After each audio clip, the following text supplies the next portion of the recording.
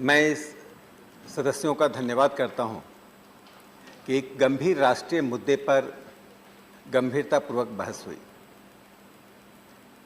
ये और बात है कि माननीय संजय सिंह जी को शांति काल में अशांति पैदा करने की महारत हासिल है और आम आदमी पार्टी ने जितना रोहिंग्या के प्रति आंसू बहाया था, यदि इसका 1000वां हिस्सा कश्मीरी पंडितों के प्रति बहाया होता तो मैं उनको धन्यवाद करता। जो रोहिंग्या को दिल्ली में बसाने के लिए please you continue, please Sanjay Singh ji, please you continue, please Rakesh ji, please जब मैं राकेश, प्लीज संजय सिंह जी, नहीं प्लीज नहीं संजय सिंह जी, प्लीज संजय सिंह जी, जब मैं संजय आप बैठिए, माननीय मंत्री जी बोल सुनिए, माननीय मंत्री जी बोल रहे हैं, आप राकेश जी बैठिए प्लीज। माननीय मंत्री जी, ये बात कहां से आ गई थी? ऐसा नहीं चलता है ना। थैंक यू राकेश जी केवल जो राकेश जी बोल रहे हैं मेरे रिपोर्ट में जाएगा। मैं इस राष्ट्र को इस सदन के माध्यम से याद दिलाना चाहता हूं, जब भारत के ज्ञान परंपरा पर पिछले शुक्रवार को मैं बहस के लिए आया था और मैं सोचा था कि आज राजनीतिक शब्द और राजनीतिक व्यक्ति का नाम नहीं लूंगा, राजनीति में होते हुए भी गैर राजनीतिक तरीके से बहस करूंगा, तब क्या हुआ था? कश्मीर फाइल्स पर संजय सिंह जी डिस्कशन करना शुरू कर दिए थे। हमें भी राजनीति करनी आती है, यदि आप राजनीति करेंगे तो आम आदमी पार्टी को मैं ऐसा डिकोडिंग करूंगा कि आप सदन छोड़कर चले जाएंगे। आम आदमी पार्टी ने देश में राजक राजनीति की शुरुआत की है। आम आदमी पार्टी ने देश में राजक राजनीति की शुरुआत की है और Arvind Kejriwal will be known in the history for master of anarchy. और आप जिस तरह से पंजाब की राजनीति को आगे बढ़ा रहे हैं। बैठिए प्लीज संजय सिंह जी प्लीज बैठिए, नहीं आप बैठिए प्लीज, आप बैठिए राकेश जी, अच्छा आप बैठिए प्लीज राकेश जी, विषय पर मैं विषय पर आने से पहले घटना का जिक्र करना चाहता हूं। एक सांसद होने के नाते घटना का जिक्र करना चाहता हूं। सभी को ध्यान रखना चाहिए। कुछ महीने पहले दिल्ली विश्वविद्यालय शिक्षक संघ और कर्मचारी संघ के कुछ सदस्यों के साथ, जिसमें मार्क्सवादी कम्युनिस्ट पार्टी के पूर्व शिक्षक संघ के अध्यक्ष, कांग्रेस पार्टी के शिक्षक संघ के पूर्व अध्यक्ष आदित्य नारायण मिश्रा, राजीव रे सीपीएम के थे और हमारी संस्था जो डूटा पर जीती है, चुनाव जीती है, AK बागी, मैं भी उसमें शामिल था। कर्मचारी संघ के अध्यक्ष शामिल थे। मैं माननीय अरविंद केजरीवाल के दरवाजे पर मैं बोलूंगा, मैं जवाब दूंगा जो देखिए आप नेम नहीं कर सकते जो सदस्य माननीय जयराम रमेश तब कहा थे जब संजय सिंह जी, आप नाम नहीं ले सकते, तब आप कहा थे जब संजय सिंह जी पर हमला कर रहे थे। सदन में जो बात उठेगी उसका जवाब मिलेगा। आप राजनीति करें, मैं धर्म ज्ञान का प्रवचन करूं, आप पॉलिटिक्स करेंगे और मुझे कहते हैं आप गैर पॉलिटिक्स। राकेश जी आप विषय पे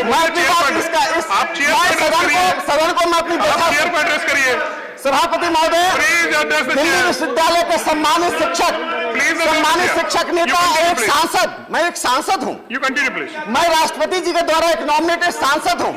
मैं शिक्षा के विषय को लेकर एक मुख्यमंत्री के दरवाजे पर 1.5 घंटे तक सड़कों पे धूप पे खड़ा रखा गया, पानी नहीं दी गई, अंदर पैसे की बात नहीं कही गई। ये अरविंद केजरीवाल की पूरी राजनीति देश में राजनीति है। आप जो सदस्य नहीं है उसका उनका नाम नहीं ले सकते आप, प्लीज आप बार बार अब मैं अपने विषय पर आता हूँ। प्लीज अच्छा आप प्लीज ये व्यवस्था मैं दूंगा। संजय सिंह जी मैं दूंगा। मैं तो सिर्फ मैं यहाँ पर विषय पर आता हूँ। राकेश जी प्लीज आप बैठिए प्लीज आप बैठिए अच्छा आप बैठिए ना प्लीज, नहीं आप बैठिए प्लीज। संजय सिंह जी आप क्या नाम? सभापति महोदय आप विषय पर नहीं प्लीज आप बैठिए सभापति महोदय, ठीक नहीं। अच्छा आप बैठिए प्लीज। मुझे खुशी है, मुझे प्रसन्नता है कि सदन ने अनेक पक्ष पर विमर्श किया है। मेरा एक मूल उद्देश्य यह भी था कि यह जो गैर राजनीतिक एक राष्ट्रीय प्रश्न है, इस पर सदन पे गंभीरता से विचार हो। 2-3 पक्ष है जिसको मैं रखना चाहता हूं।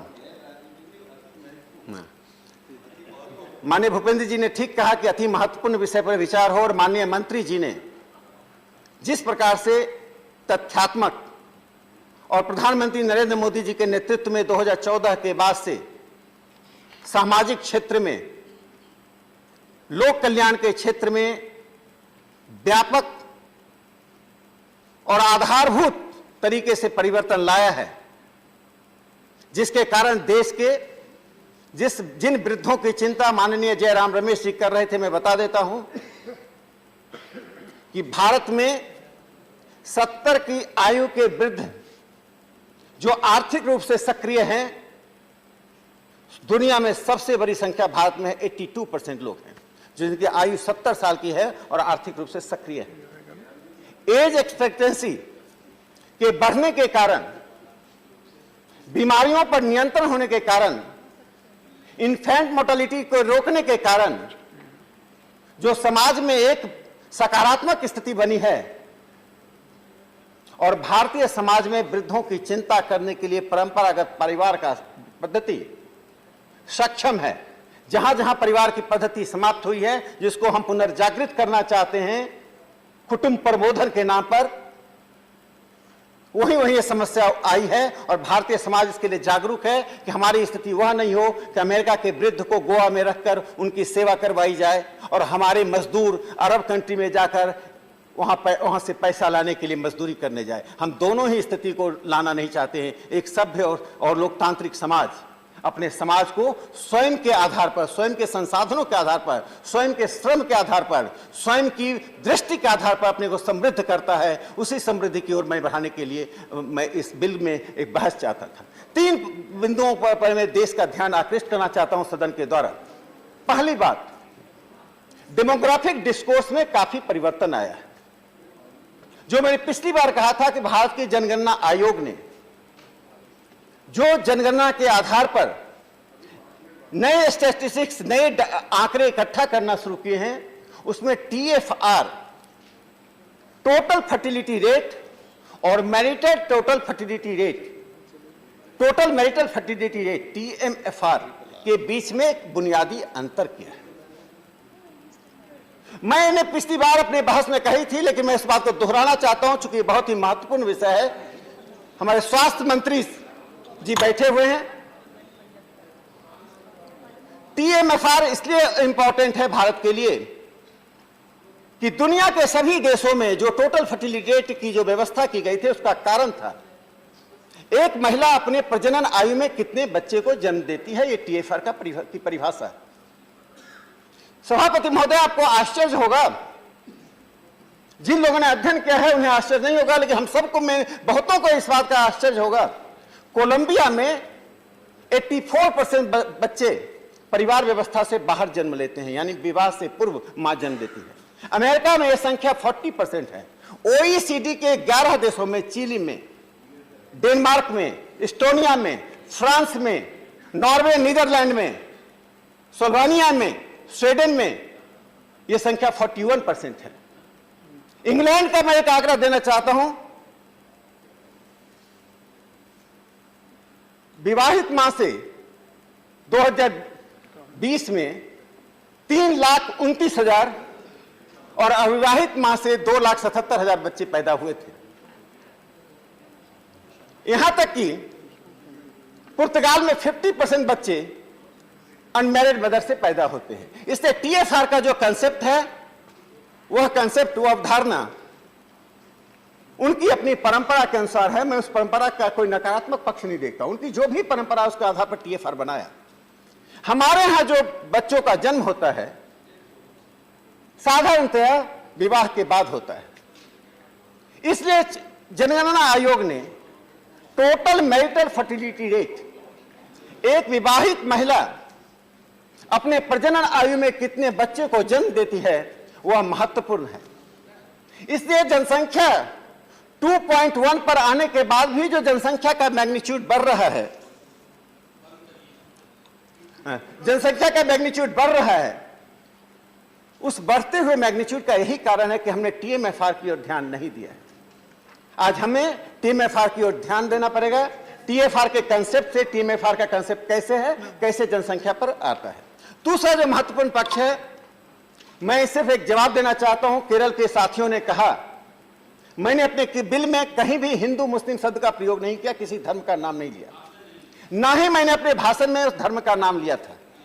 लेकिन एक समाज में विमर्श करते समय हमें किसी बात को तथ्यात्मक रूप से बोलने से डरना भी नहीं चाहिए। यदि मैंने हिंदू शब्द बोल दिया, मुस्लिम बोल दिया, क्रिश्चियन बोल दिया, पारसी बोल दिया, तो कोई असंवैधानिक नहीं हो जाता। हम जब वो डाटा इकट्ठा करते हैं, मनोज झा जी बार बार जातिगत जनगणना के लिए शोर मचाते रहते हैं। तो धार्मिक जनगणना, जब धार्मिक जनगणना होती है, धार्मिक जनगणना जब होती है, तो धार्मिक जनगणना होने पर मैं एक आंकड़ा देना चाहता हूं। केरल के मित्र हमारे नहीं है, चले गए बहस करके। 1901 से लेकर 2011 तक 11 डिकेड्स में हिंदुओं की जनसंख्या 13.8% घटी है, वहां पर एक मुस्लिम की जनसंख्या 9.8% बढ़ी है। ये तथ्यात्मक बातें हैं। बढ़ना अच्छा है या खराब है, मैं इस पर नहीं जाता हूं, लेकिन उस तथ्य से आप मुंह नहीं मोड़ सकते हैं। 2001 से 11 के बीच में वेस्ट बंगाल में 13 डिकेडल ग्रोथ रेट जो जनसंख्या का है वो 13.5% है। और मुस्लिम प्लीज बैठे हुए। और मुस्लिम जनसंख्या का डिकेडल ग्रोथ रेट बंगाल में 21% है, हिंदुओं का डिकेडल ग्रोथ 10% है, डिफरेंस 11% का है। मैं ट्रेंड की बात, आप ट्रेंड में, मनोज जी प्लीज, केरल में प्लीज, नहीं प्लीज, आप उस तथ्य को सुनिए, प्लीज तथ्य को सुनिए। केरल में जो डिकेडल ग्रोथ रेट है, मुस्लिम का 29% है, हिंदुओं का 10%, द गैप इज 19%। तो मैं सिर्फ तथ्य की बात कर रहा हूं, आपके लिए स्वागत योग्य है या नहीं है, मैं इस पर नहीं जाता हूं, ना मैं स्वागत करता हूं ना विरोध करता हूं। तथ्य को आपके सामने रखता हूं। आंख बंद करने से तथ्य बदलता नहीं है। इसलिए मैं इतना कहना चाहता हूं कि जो 133 डिस्ट्रिक्ट है, जिसमें उत्तर प्रदेश और उत्तराखंड में 52 जिले हैं, बिहार में 24, झारखंड में 9, मध्य प्रदेश में 3, हरियाणा में 1, नॉर्थ ईस्ट में 28 डिस्ट्रिक्ट हैं, जम्मू कश्मीर में 6 डिस्ट्रिक्ट हैं, जहां टोटल टीएफआर, जो अगर पुराने कॉन्सेप्ट टीएफआर को लें तो 3.5 है। 72 डिस्ट्रिक्ट में टीएफआर 4 से अधिक है। तो मुझे यही कहना है कि हमारा जो प्रयास चल रहा है, उस प्रयास में लोकतांत्रिक तरीके से हम इमरजेंसी को दोहराना नहीं चाहते, 76 को दोहराना नहीं चाहते हैं। जयराम रमेश जी 1966 में भारत सरकार में जनसंख्या को कहा था एक्सप्लोसिव स्टेट कहा था। 1940 में ही जवाहरलाल नेहरू ने नेशनल प्लानिंग कमेटी के द्वारा एक सब कमेटी का गठन किया था। तो मैं इतना ही कहना चाहता हूं कि जनसंख्या नियंत्रण पर गंभीरता से जो प्रयास चल रहा है, उसके लिए मैं आशान्वित हूं। मुझे पूरा विश्वास है, धर्म, जाति, क्षेत्र, भाषा से ऊपर उठकर हम अपनी जनसंख्या को नियंत्रित कर पाएंगे और इस देश को एक सुखमय राष्ट्र की ओर ले जाने का प्रयास करेंगे, जिसमें रोहिंग्या का स्थान नहीं होगा, इस देश के लोगों का स्थान होगा। इस देश के लोग अपनी समृद्धि के साथ रहेंगे। धन्यवाद। धन्यवाद। Now Shri Rakesh Sinha ji, are you withdrawing the bill? सभापति महोदय, मैं अपने बिल को विड्रॉ करता हूं। Has he leave of the house to withdraw the bill? The bill. Please. No, please. No, please. No, please. No, please. Sir, there is a very important point. Has leave of the house to withdraw the bill. The bill is withdrawn. Yes. Next.